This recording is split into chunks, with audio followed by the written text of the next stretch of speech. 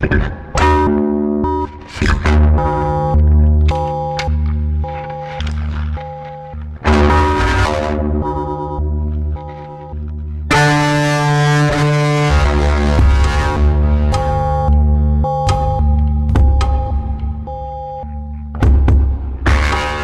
Culture, une émission proposée par l'association Maison de la Culture du Havre et présentée par Isabelle Royer.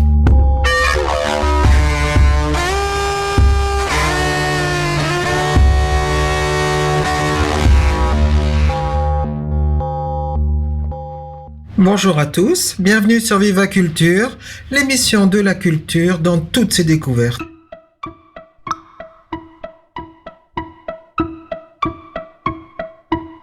Étienne, bonjour. Bonjour, bienvenue à Bédélirium. Alors, quel est le conseil de bande dessinée pour cette semaine ? Alors, le conseil de bande dessinée pour cette semaine est une nouveauté chez Glénat qui s'appelle Luminary. Le tome 1 se nomme Canicule. Au scénario, nous allons retrouver Wang Schwing et au dessin Berger, deux auteurs que je ne connaissais pas. Alors, dans cette bande dessinée, ils ont voulu rendre hommage à un personnage phare des années 80, un héros français, Photonique, que les plus anciens comme moi connaîtront, qui passait dans un mensuel qui s'appelait Mustang en France. Et aussi, je crois qu'il y a eu quelques épisodes dans Spidey également. Oui. Donc, Photonique est un personnage handicapé, un bossu, qui a le pouvoir d'absorber la lumière et de devenir ainsi un super-héros. Oh, joli. Et là, dans Luminary, on va avoir à peu près le même processus. Un jeune homme atteint d'une malformation osseuse très grave va avoir la chance d'être pris en charge par un programme qui normalement devrait le soigner grâce à la lumière. Oui. Les choses, bien sûr, ne vont pas se dérouler tout à fait comme prévu. Je n'en dirai pas plus pour éviter tout spoil. Mais graphiquement, c'est un régal. C'est très lumineux, comme le titre d'ailleurs, oui. Luminary. Oui, oui. Et l'histoire est rondement menée. Eh ben, merci beaucoup, Étienne. Au revoir. Au revoir.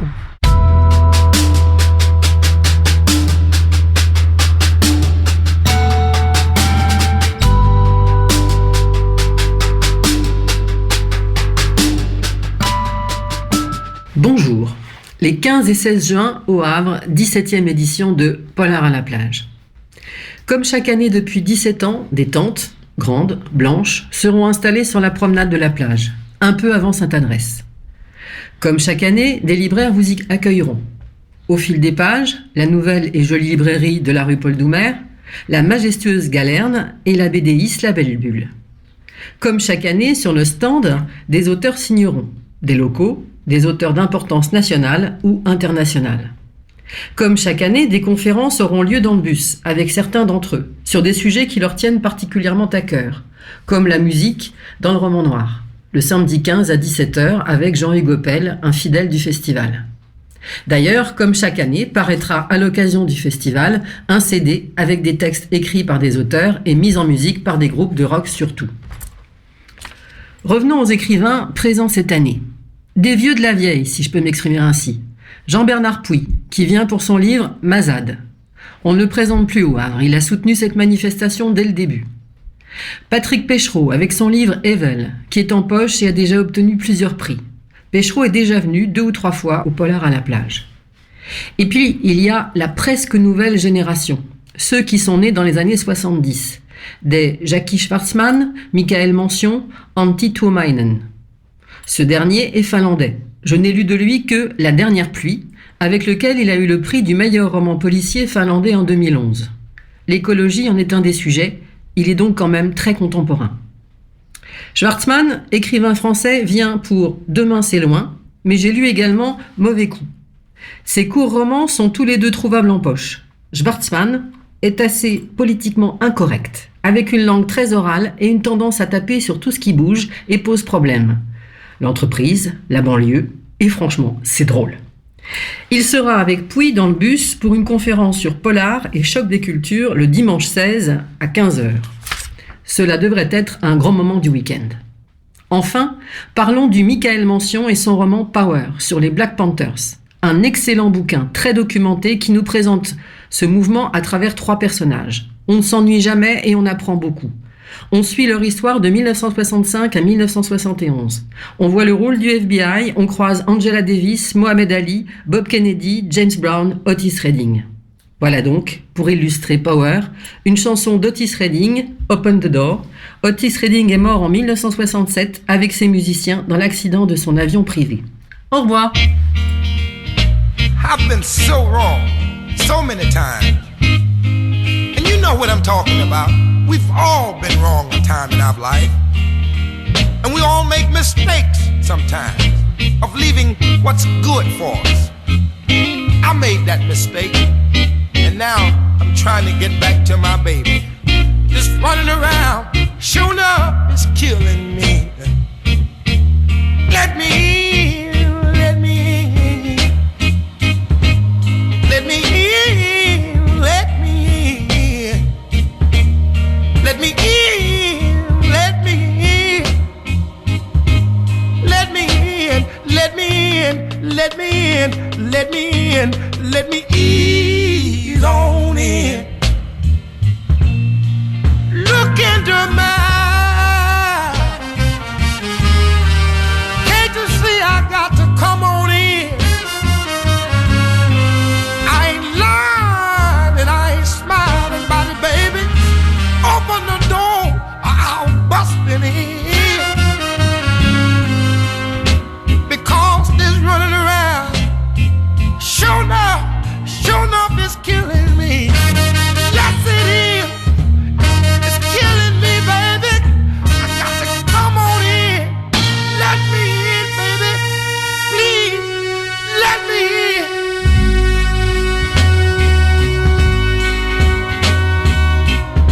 I got to come on in, honey. Open the door. Open the door.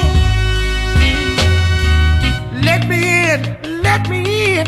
Let me in. Let me ease on in. Mama, mama, got to come in. Open the door. I can't stand this cold. Let me in this house. I'm tired of just running around. Tired of being all alone. And standing out here and walking with someone. I'm tired of just being out here. I'm tired of being out here in this cold. Le déclin des abeilles nous inquiète de plus en plus, non seulement en Europe, mais dans le monde entier. Il est observé depuis les années 90. Voici par exemple ce que diffusait le journal Le Monde sur YouTube, le déclin des abeilles expliqué en 3 minutes. Pour en savoir un petit peu plus, je suis allé au Muséum d'histoire naturelle du Havre, qui présente son exposition Les routes du miel. Si les abeilles disparaissaient, l'homme n'aurait plus que 4 années à vivre. Cette célèbre citation, attribuée par erreur à Albert Einstein, a beau être fausse, il n'en reste pas moins que les colonies d'abeilles s'effondrent partout dans le monde.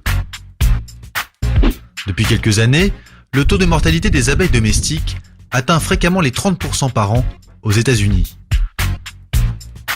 Et en 2013, ce taux dépassait les 20% dans de nombreux pays d'Europe du Nord. Les butineuses domestiques ne sont pas les seules victimes de ce phénomène mondial. Nombre d'insectes pollinisateurs sauvages, comme le bourdon, l'abeille sauvage ou certains papillons, sont également en danger. Or, ces insectes qui pollinisent les plantes à fleurs garantissent la reproduction de nombreuses espèces végétales. Et pas moins d'un tiers de l'alimentation mondiale résulte justement de cette pollinisation. Sans abeilles, fini les pommes, les oignons, les carottes, les citrons, les brocolis ou encore les artichauts. Les rayons des supermarchés d'aujourd'hui se videraient petit à petit.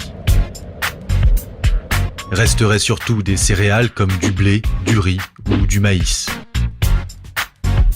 Le rôle de la pollinisation est d'ailleurs si crucial que sa valeur monétaire est estimée à 153 milliards d'euros par an dans le monde. Une fortune équivalent au PIB du Portugal ou de l'Irlande. Mais alors, comment expliquer une telle hécatombe ? Chercheurs et apiculteurs évoquent une combinaison de facteurs. Premier sur le banc des accusés, les pesticides et engrais. et en particulier les néonicotinoïdes, les insecticides les plus utilisés au monde. On en retrouve dans des dizaines de produits tels que le cruiser, le gaucho ou le poncho, tous fabriqués par des géants de l'agrochimie. Ces substances agissent sur le système nerveux central des insectes. Ils sont désorientés, perdent la mémoire et ne retrouvent plus le chemin de leur ruche. Les abeilles, ainsi fragilisées, sont d'autant plus sensibles aux autres menaces qui planent sur elles. Depuis peu, elles ont affaire à un nouveau prédateur, le frelon asiatique. Arrivé de Chine, cette espèce se propage à toute allure et dévore les abeilles en grand nombre. De plus petite taille mais tout aussi féroce, le varroa, un acarien parasite, s'attaque aux abeilles adultes et aux larves. Il participe par ailleurs à la propagation de nombreuses maladies. Citons enfin le nosema, un champignon microscopique qui affecte le tube digestif des abeilles. Mais malgré leur nombre, les prédateurs acariens et autres parasites restent bien moins nocifs que les pesticides.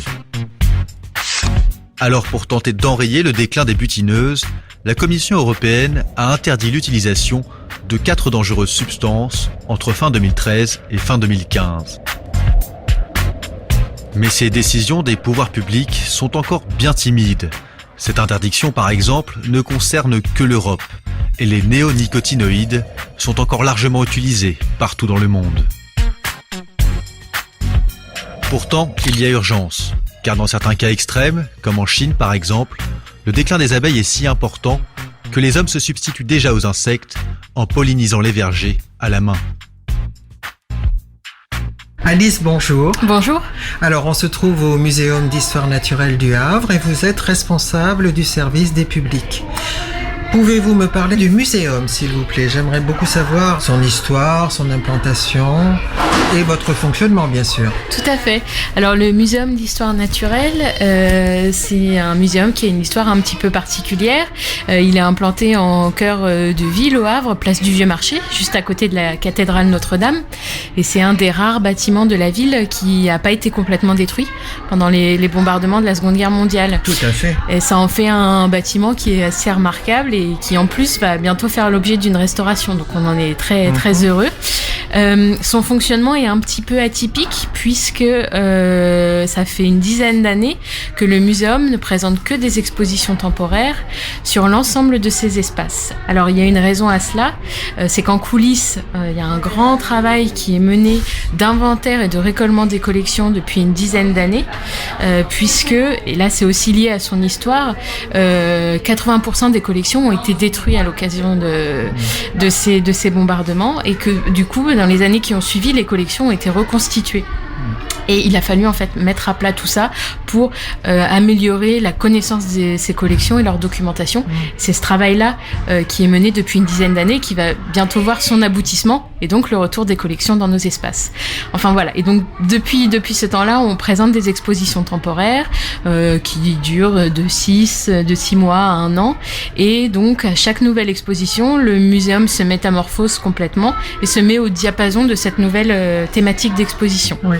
Mais pour les publics, c'est génial. Du coup, c'est vrai que quand on revient voir le muséum, on découvre chaque fois des choses nouvelles. Exactement. On essaye aussi d'entretenir un peu cette flamme avec nos publics au travers de la programmation culturelle. On propose entre 3 et 4 événements par mois. Alors ça peut être une lecture, ça peut être une conférence dessinée, une projection de films. Pour le jeune public, des spectacles de contes, des ateliers qui mêlent art et sciences. Voilà, donc on essaye, en lien avec les thématiques d'exposition, en ce moment c'est les abeilles, d'explorer un peu tous les champs pour rentrer dans ces thématiques scientifiques, que ce soit par cet angle des sciences ou par l'angle culturel. Et est-ce que vous avez constaté un accroissement du public? Oui. Ou une diversification du public? Je dirais les deux. Depuis plusieurs années, le muséum est de plus en plus fréquenté et ça nous fait plaisir. Et puis, on a un public qui est aussi de plus en plus varié, en fonction aussi des temps et des événements qu'on propose. On est très identifié comme un lieu pour les familles, parce qu'on propose beaucoup d'ateliers pour le jeune public et aussi des animations animations parfois pour les tout petits des 18 mois. Oui. Donc ça fait de nous un lieu un peu incontournable pour ces publics familles, on va dire, mais aussi à l'occasion de nocturnes par exemple. Je pense à la nuit du tourisme ou à la nuit des musées. On va proposer des concerts ou des visites un peu plus insolites qui là vont séduire plutôt un public de jeunes adultes, voilà, un peu différent de celui qu'on accueille d'habitude. Oui. Et puis là depuis quelques temps, on essaye aussi de développer des actions en direction des publics en situation de handicap. Donc on propose désormais des visites en langue des signes, 2 ou 3 fois par exposition, et puis des visites sensorielles qui s'adressent pas seulement, mais en tout cas qui ont été pensées pour des personnes en situation de handicap visuel. Voilà. Parce qu'on a la chance avec les collections scientifiques d'avoir des objets qu'on peut toucher et manipuler, Bien ce sûr. qui n'est pas toujours le cas pour d'autres collections historiques ou artistiques. Oui. Et donc on essaye de mettre ça à profit pour rendre notre propos scientifique accessible aussi aux personnes malvoyantes. Oui. Je crois que vous avez aussi un certain nombre de guides qui peuvent aider les visiteurs à s'y reconnaître, à comprendre ou à enrichir les explications. Complètement. On essaye de valoriser le plus possible ce qu'on appelle la médiation humaine. Donc pendant les vacances ou alors en dehors des vacances scolaires, le mercredi après-midi ou le dimanche, on a un petit rendez-vous qui s'appelle le quart d'heure des curieux. C'est pas une visite guidée classique, c'est plutôt un moment où les médiateurs du musée vont être là et pouvoir répondre aux questions des visiteurs. Et donc on appelle ça le quart d'heure. Alors ça peut durer une demi-heure ou 1 heure en fonction des questions du public, mais c'est un vrai temps d'échange qui vient en complément de ce qu'on peut lire sur les panneaux ou voir sur les vidéos. C'est Oui. une autre approche. Oui, parce que quelquefois lire les cartels, c'est un peu rébarbatif. Complètement, mais on le dit pas assez, mais une visite au musée, parfois, ça peut être physiquement difficile parce que on parcourt 500 mètres carrés avec des choses à lire, à retenir, etc. Oui, oui. Et donc, voilà. C'est aussi pour ça, d'ailleurs, qu'il y a des canapés dans les espaces d'expo pour qu'on puisse prendre le temps de faire une pause, tout simplement, et juste de contempler ce qu'il y a autour de nous. Exactement. Il y a aussi des petits films, il y a aussi des objets à regarder. Alors là, bien sûr, chez nous, il y a la ruche. Alors ça tombe bien, cette ruche, parce que là, vous avez une grande exposition sur les abeilles. Complètement, oui. Il faut savoir qu'il y a une ruche au muséum depuis 1985. Donc il y a une vraie histoire du Muséum du Havre avec les abeilles. Et cette exposition-là, c'est une exposition d'un photographe, un photojournaliste qui s'appelle Éric Tourneret. Ça fait 25 ans qu'il travaille sur cette thématique des abeilles. Il a parcouru 20 pays différents pour explorer cette thématique, rencontrer des chercheurs des 4 coins du monde.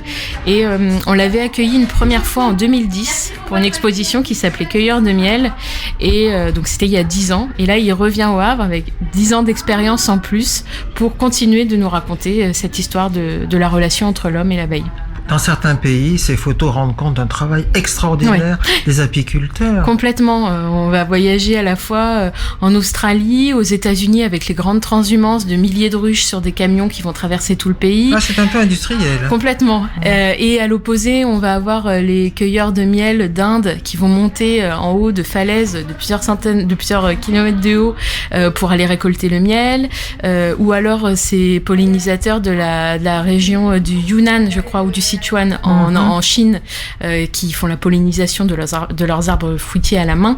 Enfin, voilà, ça raconte aussi plein de choses sur les populations humaines aux 4 coins du monde. Oui. J'ai vu aussi des grimpeurs de falaises, tout à fait, d'arbres, d'acajou, je crois, très haut, 30 mètres de haut. Exactement, en Éthiopie. Enfin, des prouesses.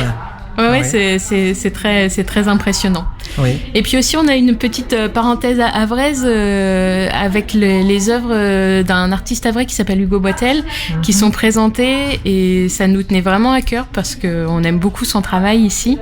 Et donc, il présente dans l'exposition 20 abeilles.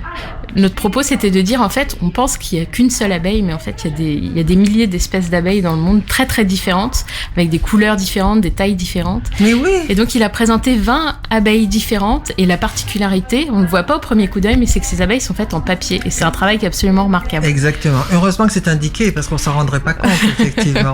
Oui. Alors, vous pourriez peut-être dire autre chose sur cette exposition. Comment vous est venue cette idée? C'est Éric Tourneret qui vous l'a proposé? Comment est venue cette idée de faire cette grande exposition? Parce que dans une grande ville, les abeilles sont présentes, oui, c'est sûr, de plus en plus, je crois d'ailleurs. Tout à fait. Alors, on a donc le muséum a une relation, je dirais, d'amitié avec ce photographe Éric Tourneret qui s'est tissé quand on l'a rencontré en 2010 pour la première exposition. Il y avait aussi le fait que depuis 1 an maintenant, la ville du Havre est engagée dans une politique en faveur de la nature qui s'appelle le Havre Nature et qui poursuit un certain nombre d'objectifs, notamment de médiation auprès du public des questions de biodiversité et d'environnement, en plus d'actions très concrètes dans les aménagements urbains, etc. Donc ça nous a semblé aussi opportun de pouvoir présenter cette thématique-là sur les premiers mois de l'émergence de cette politique le Havre Nature. Et puis c'est un sujet aussi dont on parle beaucoup, qui est à la fois source de plaisir parce que c'est le miel, parce que c'est les abeilles, voilà, et en même temps aussi parfois un peu anxiogène parce qu'on nous parle d'extinction, on nous parle de menaces sur l'environnement et sur la biodiversité complètement. Bien sûr, oui. Et donc c'est aussi pour ça que l'exposition a ce volet scientifique qui aborde l'abeille dans son aspect le plus scientifique, l'organisation de la colonie, voilà. C'est passionnant, ça. C'est fascinant de voir comment s'organise la société des abeilles. Oui. Et puis aussi ce volet culturel qui raconte l'histoire de la relation entre l'homme et l'abeille et les menaces qui pèsent sur l'abeille, qui vont des pesticides, qui est vraiment la première menace sur cet insecte. Et puis le frelon asiatique dont on a beaucoup parlé, notamment l'année dernière au Havre. Oui. Donc, là, je crois qu'on n'a pas trouvé de solution, d'après ce que vous dites. Les solutions, l'homme peut commencer à en mettre en place et les abeilles, elles aussi, peuvent s'adapter. On a fait une projection récemment au muséum où les apiculteurs nous expliquaient que l'abeille, l'espèce d'abeille qui se trouve en Asie, elle n'est pas menacée par le frelon asiatique puisqu'en fait, elle a trouvé une manière de se défendre contre ce frelon asiatique. Wow. Les abeilles, en fait, se mettent en groupe. Oui. En groupe, elles génèrent de la chaleur qui doit être de l'ordre de un petit peu plus de 47 degrés. Oui. Et le frelon asiatique, lui, ne supporte pas une température supérieure à 46 degrés 2. Et voilà, c'est la manière dont elle se débarrasse du frelon asiatique en le faisant mourir par hyperthermie.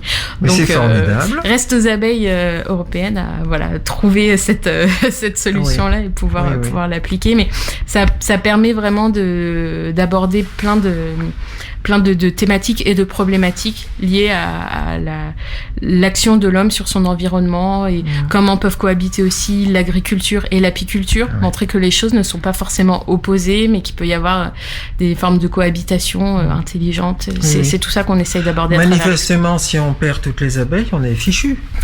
C'est ce qu'on dit et c'est valable pour plein d'espèces. Mais les abeilles, comme tous les insectes, les animaux pollinisateurs, sont un maillon essentiel de la vie sur Terre, ça c'est certain. Donc vous avez une grande part dans dans cette vulgarisation des sciences. Auprès de tous. Complètement. Et en particulier le volet éducatif. Tout à fait, oui. Auprès du jeune public, on reçoit beaucoup de scolaires, depuis la maternelle jusqu'à l'enseignement supérieur. Et ça nous permet aussi de faire de la médiation autour de ces sujets, complètement. Est-ce que vous avez été en contact aussi avec des apiculteurs? Parce que manifestement, il y a une sorte d'amour. Enfin, je dis ça, c'est pas tout à fait vrai pour tout le monde, mais pour tous les apiculteurs. Mais il y a une jolie relation avec les ruches, j'ai l'impression. Oui, complètement. Alors, nous, on travaille ici avec un apiculteur qui nous aide sur l'entretien et la gestion de la ruche qui se trouve ici au musée. Il faut savoir aussi pour l'anecdote que le directeur du muséum est lui-même apiculteur.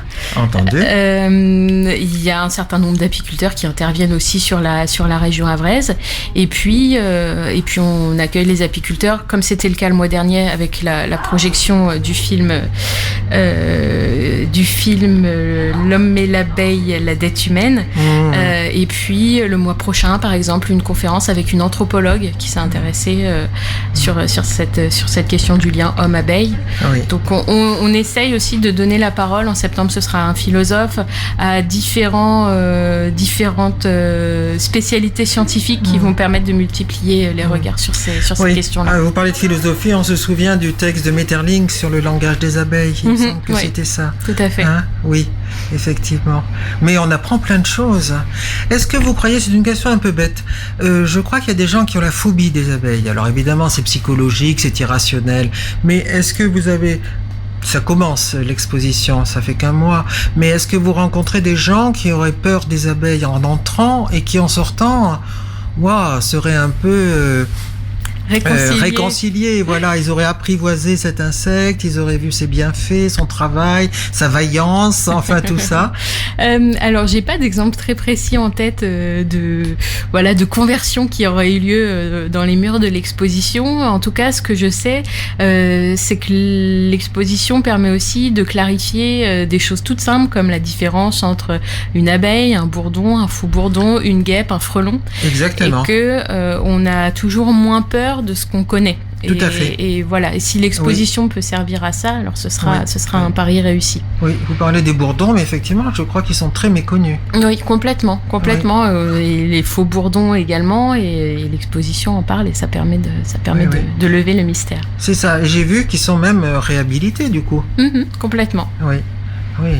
Ça veut dire qu'on est toujours en découverte, en recherche de réponses. Oui, et puis l'exposition, notamment au travers des vidéos, montre également le travail des scientifiques sur l'abeille, mais de manière aussi très visuelle, et c'est assez impressionnant de voir comment les scientifiques ont créé, par exemple, cette machine équipée d'une boule en polystyrène qui permet en fait de comprendre la danse de l'abeille. Enfin, c'est des dispositifs d'expérimentation qui sont très très impressionnants. Oui, et, c'est très extraordinaire. Et qui sont en plus vraiment riches d'enseignements. Donc on voit aussi un peu les coulisses de cette recherche scientifique. Oui, c'est ça.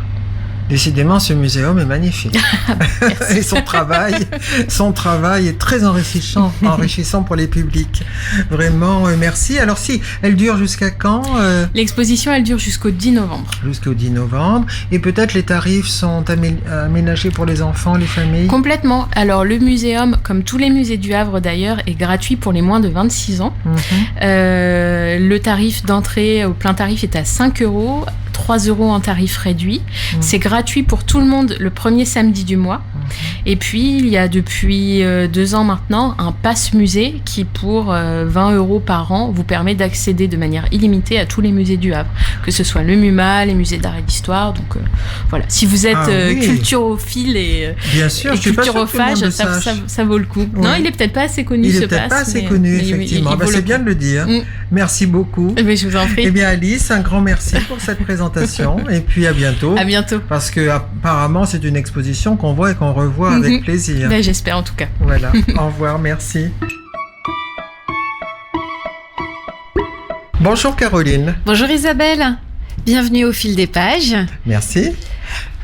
Alors aujourd'hui, le conseil littéraire que je vous donne, enfin que je vous propose plutôt, c'est le nouveau Ellory. Ellory, cet auteur américain qui écrit alors du polar, du roman noir, plutôt du roman noir. Et là, il nous revient avec un somptueux magistral roman qui s'appelle Le Chant de l'assassin. Je l'ai pas encore fini, je le lis et c'est vers 11h30 tout d'un coup je me rends compte que j'ai faim, enfin qu'il faudrait manger, que je suis obligée de l'interrompre la lecture tellement cette lecture m'enthousiasme et me prend. C'est l'histoire d'un type qui est emprisonné, incarcéré à vie et qui va demander à son codétenu qui vient d'être libéré d'aller retrouver, d'adresser une lettre qu'il a écrite à sa fille. Et là, on suit à la fois l'histoire de cet homme qui est en prison de sa naissance jusqu'à aujourd'hui et parallèlement la recherche de son ami pour retrouver sa fille. On est en plein Texas des États-Unis, dans les années 40 jusqu'à aujourd'hui. C'est plein de réflexions très profondes sur la vie, sur l'amour, sur la famille, sur les liens familiaux. C'est un grand livre. C'est vraiment un très très très grand livre qui va sortir là, à la librairie, le 23 mai, que j'aurai et j'aurai vraiment grand plaisir à vous recommander. Et puis Si je peux, j'en avais parlé au mois de janvier et j'en reparle, mais c'est Franck Bouys avec N'est d'aucune femme qui vient d'obtenir le prix du libraire. Et j'en suis ravie parce que c'est vraiment lui aussi un roman magistral. C'est un très grand auteur qui est enfin révélé au grand public et je suis très contente pour lui. Ah, nous aussi. Merci Isabelle. Merci Caroline. Voilà, c'est la fin de Viva Culture. Merci à vous, bonne semaine. Merci à Mathieu Le Chevalier qui nous accompagne fidèlement en studio depuis nos débuts. Je vous signale aussi notre site, n'hésitez pas à le consulter, www.asso-maisondelaculture.fr. N'hésitez pas aussi à annoncer vos propres événements puisque ce site est collaboratif. Je vous rappelle notre principal événement qui est notre grande conversation le 14 juin à 18h30 à la bibliothèque Niemeyer dont le titre est Nouvelle censure, artistes sous pression. Nos invités sont la photographe Diane Ducruet et le philosophe Christian Ruby qui a écrit le texte qui s'intitule Devenir spectateur. Attention, le nombre de places est limité, donc venez bien en avance si vous voulez pouvoir entrer à la bibliothèque. Ce sujet est en prise avec l'actualité. Vous avez dû vous rendre compte par vous-même que des événements, des œuvres, aussi bien littéraires qu'artistiques, étaient censurées ou prises à partie par des censeurs improvisés, et nous aimerions réfléchir à cette question qui traduit une époque un peu troublée et peut-être dangereuse pour la création et la liberté artistique. Venez nombreux, bonne semaine à vous, à bientôt.